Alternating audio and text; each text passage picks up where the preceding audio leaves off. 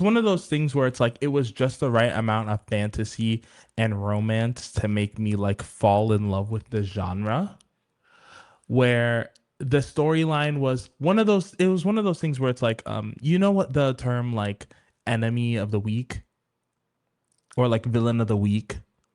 Enemy of the week. Okay.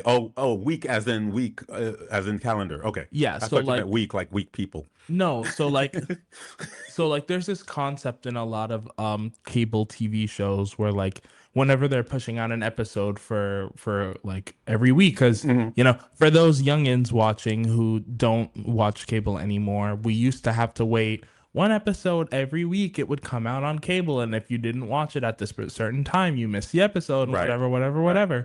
So whenever an episode would air, um it would be, oh, we're fighting a totally new villain, and the next week we're fighting a new So villain, they'd and have next like week we're fighting a new a villain, theme exactly, per episode, per and the episode. villain Okay. reflects that. Okay. And yeah, so that's why it was called villain of the week. That keeps people watching. Yeah, it was kind of one of those, but Mhm. the plot was way more overarching, and they actually had a plot that like tied a season together.